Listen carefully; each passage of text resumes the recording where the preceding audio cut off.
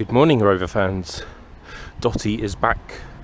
Dotty had a short stay back at the body shop because I had damaged the paint in a couple of places, as had the guy who fitted the tailgate screen. So it had to go back for those bits to be touched in, and there was a couple of other areas where it just wanted a tiny bit of a tidy up. So all that's been done now, and also excuse me because it's very windy, painted boot floor, rear sides, rear floor, so that's all looking lovely. Today my mate is, oh yeah, also in the gutter rails has all been sealed and painted both sides, so that's all sorted now, which is great. So very grateful to MPR for doing all of that for me. The jobs for today, I've got my mate coming over who actually owns it, and we've got to like hammer through this list because we both want this car done. He wants it because he's obviously spent quite a lot of money on it. I want it gone because I can get on with other things like that one and the gold one, which you never see but does exist. So here's my list of stuff that we want to work through today. So I want car in the air so I can sort the handbrake, adjust the rear rear brakes, terminate, or not terminate, but clip up all the fuel and brake lines that I'd been playing with underneath, because some of the plastic clips, the original ones, are broken, so I've got new ones. I've got a whole collection of new door seals to go in because some of the other ones leak. Then I'm going to do a leak test, just hit it with a hose pipe, terminate for the battery, final wax of the door interiors, make the door membranes, reroute all the wiring, speaker wiring, fit the instrument stalks, or like the steering column stalks. I'll show you those because I've had to fix them again. Carpet, it's all kind of boring stuff, not particularly interesting to watch, and I doubt I'm going to film much of today because it's just going to be me and him messing around, and I'm not sure he really wants to be on camera anyway. One good thing is that the ride height is finally settled. When it first came back, or when I first put it on the ground, it was really high and looked really stupid, but it's got a nice kind of menacing ride height to it now. Like so. So I think that looks pretty badass. The rear is still high, but that's going to come down when it's got the rear seats, all of the rest of the gubbins in there, spare wheel, jack, all the rest of it. But yeah, I'm going to go make myself a coffee, get some of the tools out, and then wait for my body to turn up, and then we'll be cracking on. My mate hasn't arrived yet, so I'm just starting with the first thing which I want adjusted, which is the handbrake. So it's a weird design. You got one cable from the front which goes to one wheel, and then via that adjuster, when you pull this side on, it's also supposed to pull that side on. It doesn't always work like that, as many a Rover SD1 owner will know. A couple of obvious problems. That bracket is distorted and the little block has popped out of where it should be running, so that's got to be fixed. These all look quite seized up and the rubber boots have fallen off the back plates, so they'll have to go on. But other than that, it ain't too bad. So I'll undo that bolt, drop all this lot, hammer that back into shape, put the block in, lube it all up, lube that rubber bush, and then set about putting it all back together again and adjusting it up. Yeah, that's the compensator apart, and I've just taken it down the garage, straighten those, so now when they're bolted back together with that little bolt there, they're actually stand a chance of clamping the bit on the brake cable, the little boss with the two studs. So I'll put that back on. I've got some copper anti-seize compound to lube it all. You shouldn't really use that on this kind of rubber, but it's better than no lube whatsoever, and it'll stick around longer. So that is back on there, all nicely lubed, clamped up, and it isn't going to fall out.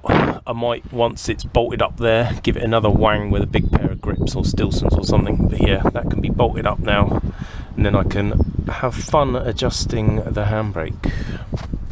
This is the special shouldered bolt I've seen a lot of SD1s where that bolt's been replaced with a plain one and it just sort of doesn't work, hangs up a bit. So that's sized to go through those rubber bushes. Weirdly, there's no collar, there's no steel collar in there, it's just the rubber moving on that, which is a bit odd, but never mind, that's the way it goes. Right, here is the process for readjusting this assembly. Slacken all handbrake cables, release handbrake, press foot brake hard 3 times, that will close up the rear wheel adjusters. Using the fork adjuster, take all the slack out of the left hand rear cable and operating lever, maintaining the compensator at 15 degrees to the left of vertical. So basically, that fork there, slacken it off, pull it until it's just about making contact, but when that's at 15 degrees, and then work to that one and then to the front of the car, where underneath the transmission tunnel you've got that bracket and assembly for the forward end of the handbrake cable up there. So lots of little fiddly bits to do, but it kind of is the only way of getting it working nicely. Here once more under the car. Dotty's handbrake gator thing underneath completely disintegrated, so I've got a good used spare one which I've just cleaned up. It ain't perfect, but a lot of them just disintegrate to nothing, so you're lucky if you've got anything. So that's going to go on there. This is the main transmission bracket, so all of that is slackened off. I'm pretty sure I've done most of what I need to at that end. So I'm going to fit that, reconnect the handbrake, bolt it into the car, and then start playing with the adjustment this end and see if we can get consistent application of both rear wheels. What normally happens is one will lock up before the other one does, and then people adjust the little lever arms at the back, try to fix it, and it just makes it worse. So hopefully this will go together quite nicely. Fingers crossed. Right, after an initial play at the front end, this wheel is not locking up as early as the offside, so I'm going to nip this clamp up and hope that that compensator doesn't move too far out of spec, in which case I'll have to readjust that again. But yeah, it's trial and error really, and a little bit of luck if I'm honest. Super close. With one click on, there's still no resistance at this wheel, but there is at that one. At 2 clicks, the one on that side is pretty, well, it's not locked, but it's stiff. This one's still not so good. 4 clicks, both are locked solid. So I'm going to do, I'm going to release this again. This is not how you're meant to do it according to the book, but it does work. So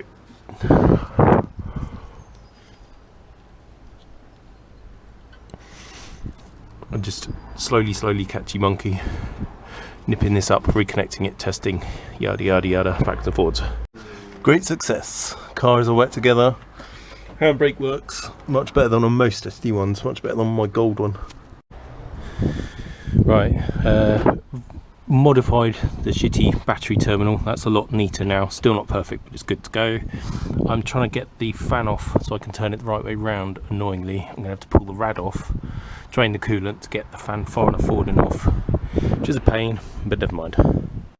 Radiator back in. Fan is now the right way round. Thanks to those of you that spotted it.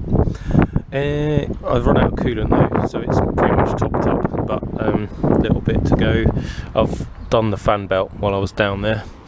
Next, oh actually yeah, over here I've been working on, well me and my mate Neil has done most of it, but yeah, stripped the old Series 2 tailgate down and removed the wiring for the rear number plate lights. The heated rear window on Dotty doesn't work because the metal strip has debonded and I couldn't solder it back on, and that's all now wedged in with the rear screen, so that's never going to work unfortunately. But that's good because I don't need the wiring, so all I've needed to do is strip out the wiring one side with the little plug on it, and then that'll run my number plate lights, and the rest of it, well, I can just go in the bin. So I have a mousing line through the tailgate down to here, and just stripping the loom apart just so I'm left with 2 wires and 1 connector. Then that will run my lights. That went better than I thought. I basically, mounting line with the MIG wire, pulled just 2 wires through the left side of the tailgate, and then these have now been butyl sealed in so water can't get through. It looks a bit messy, but I'd rather it look messy and was watertight than the other way around. So yeah, it's going well. Well, that has been an extremely productive day. It might not look it, but lots has been done. Lots of fiddly little things. So everything to do with the fuel is done. Everything to do with the handbrake is done. Brakes are done. Drivetrain pretty much done. Cosmetically, the bonnet grille thing is in. Got 1 mirror on. Realised I'm missing an adjustment thingy for the other side. The tailgate and the lock, that is all done, and it opens and closes really nice. New gas rams, new boot seal, opens and closes. I've just got to wait for the seal to settle and then I can adjust the height of the boot. The key works, the lock works, all the doors work. What else? Oh, I can't be bothered to open the bonnet now, but yeah, under there just stuff has been tidied and it really is starting to look like a much more completed and together car. Once I've done the oil change, the underbelly panel can go back on. Got brand new fog lights for it. Bonnet badge can go on. The bonnet needs adjusting. It needs to come up, which means moving the hinges forward. But all in all, after that it's interior and buttoning down all the wiring and a final few things to like make sure it doesn't leak. There's 1 seal here which isn't so good, which needs, you know, a bit of tube inserted inside it. When that panel is on, it's going to push it forward and close that seal. All good. So I'm not sure when the next video will be. This might have been quite a short video, but hopefully the next one will be a bit longer, a bit more detailed.